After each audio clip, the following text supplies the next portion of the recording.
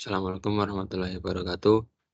Sebelumnya yang terhormat Pak Armando STMT sebagai dosen pengampu mata kuliah pengurusan teknik dan rekan-rekan saya yang saya banggakan.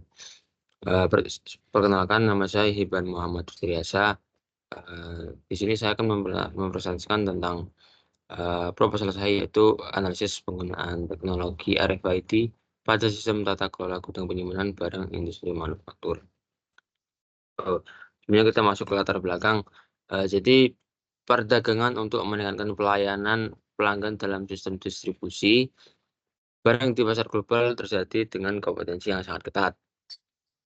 Dalam era industri manufaktur yang semakin berkembang, efisiensi tata kelola gudang penyimpanan barang menjadi kunci utama untuk mencapai produktivitas. Pengelolaan barang itu dapat dalam gudang penyimpanan membutuhkan suatu sistem yang mau menghadirkan keunggulan kompetitif bagi suatu industri. Salah satu pendekatan dalam meningkatkan efisiensi ini adalah dengan melakukan pendekatan mengenai supply chain management atau SCM. Penggunaan teknologi yang secara optimal dapat dalam penyimpanan dapat membantu proses dan operasi menghemat energi, waktu, dan akurasi. Salah satu bentuk aplikasi teknologi dan komunikasi adalah penggunaan radio frequency identification atau RFID yang dapat menyediakan informasi secara detail pada suatu barang yang dapat diintegrasikan pada database. Oke, selanjutnya kita masuk ke runutan masalah. Masalah yang pertama adalah bagaimana implementasi teknologi RFID pada sistem tata kelola gudang penyimpanan dapat meningkatkan efisiensi operasional dan pengelolaan stok. Dan yang kedua, apa saja tantangan yang mungkin dihadapi dalam mengimplementasikan teknologi RFID dalam sistem tata kelola gudang industri manufaktur. Kemudian yang ketiga, bagaimana mengintegrasikan teknologi RFID dengan infrastruktur gudang yang sudah ada tanpa mengganggu proses operasional yang sedang berjalan. Kemudian yang keempat, bagaimana pengaruh teknologi RFID terhadap keamanan dan privasi data dalam pengelolaan barang dalam gudang penyimpanan. Kemudian tujuan penelitian saya adalah yang pertama, menyelidiki manfaat konkret yang diperoleh dari implementasi teknologi RFID dalam pengelolaan stok dan proses logistik di gudang penyimpanan barang industri manufaktur. Dan yang kedua, mengidentifikasi tantangan utama yang mungkin timbul secara selama proses implementasi teknologi RFID dalam konteks sistem tata kelola gudang dan menjadikan solusi yang sesuai. Dan yang ketiga, mengidentifikasi pengaruh integrasi teknologi RFID terhadap proses yang sedang berjalan dan menemukan solusi yang tepat. Dan yang keempat, menganalisis dampak penggunaan teknologi RFID terhadap aspek keamanan dan privasi data dalam pengelolaan gudang penyimpanan. Kemudian batasan masalah, jadi di sini saya terdapat 4 batasan masalah. Yang pertama adalah, jadi penelitian ini akan difokuskan pada sistem tata kelola gudang penyimpanan barang. Kemudian yang kedua, perhatian utama ini tertuju pada peningkatan efisiensi, akurasi, kecepatan operasional gudang penyimpanan barang. Kemudian yang ketiga, penelitian ini akan analisis pada manfaat, tantangan, dan strategi yang relevan terhadap industri itu sendiri. Kemudian yang keempat, batas waktu penelitian akan mencakup variabel tertentu yang relevan dan kondisi dan teknologi saat ini dalam industri manufaktur.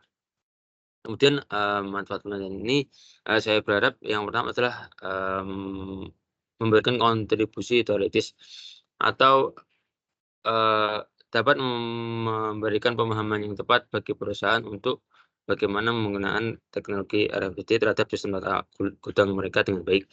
Kemudian yang kedua adalah penerapan praktis. Di sini penelitian ini dapat memberikan penerapan bagi perusahaan manufaktur untuk meningkatkan efisiensi operasional dan mengoptimalkan manajemen stoknya. Kemudian yang ketiga adalah peningkatan efisiensi. Jadi di sini penelitian ini dapat perusahaan manufaktur dapat mengatur strategi yang lebih efektif pada sistem tata kelola gudang yang pada gilirannya dapat meningkatkan efisiensi operasional dan pengendalian inventaris.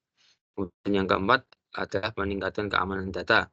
Penilaian ini juga diharapkan dapat membahas dampak penggunaan teknologi IoT pada aspek privasi dan keamanan data untuk memberikan wawasan jika ada sesuatu masalah yang nanti muncul.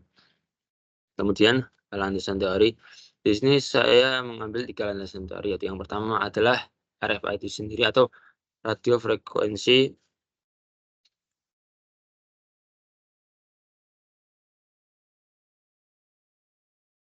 RFID adalah teknologi penangkapan data yang dapat digunakan secara elektronik untuk mengidentifikasi, melacak, dan menyimpan informasi yang tersimpan dalam teks dan menggunakan gelombang radio.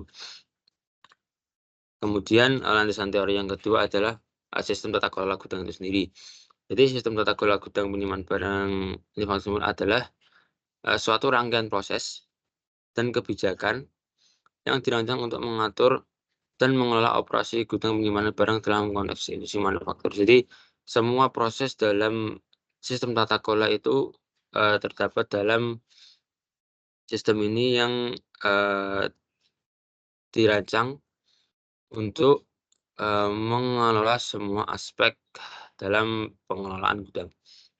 Dan yang ketiga adalah supply chain atau rantai pasok. Jadi rantai pasok adalah semua hal yang berhubungan dengan bagaimana aliran material, informasi, pembayaran, pelayanan dari mulai pasokan bahan baku oleh pabrik dari gudang sampai ke pemakai paling akhir yaitu konsumen. Kemudian metode penelitian di sini saya menggunakan 3 metode penelitian. Yang pertama adalah studi literatur, di mana studi literatur ini adalah dengan berkunjung ke industri langsung, industri yang menggunakan sistem RFID dan seperti pada masalah yaitu difokuskan pada sistem tata kelola barangnya. Kemudian yang kedua adalah perancangan sistem.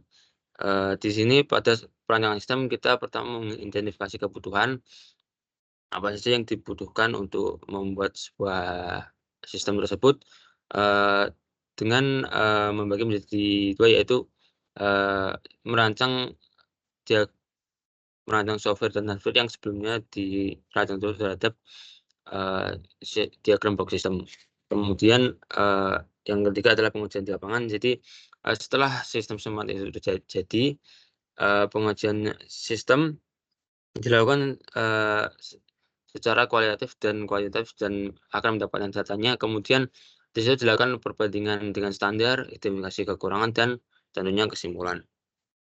Di sini adalah gambar diagram 5 metode penelitian. Yang pertama adalah desain penelitian, kemudian studi literatur, selanjutnya adalah mendapatkan sampel dari perusahaan dan data primer dari studi literatur tersebut, kemudian melakukan perancangan sistem, kemudian melakukan perancangan diagram blok, kemudian identifikasi kebutuhan, dan identifikasi kebutuhan tersebut menghasilkan sebuah barang yang nanti akan dirancang untuk alat nantinya, yaitu perancangan hardware, kemudian ada perancangan software. Kemudian setelah ini terjadi, maka akan diuji di lapangan. Diuji di lapangan akan memperoleh data kualitatif dan kuantitatif, kemudian akan diperoleh kesimpulan. Baik, sekian presentasi dari saya. Apabila ada kekurangan mohon dimaafkan. Wassalamualaikum warahmatullahi wabarakatuh.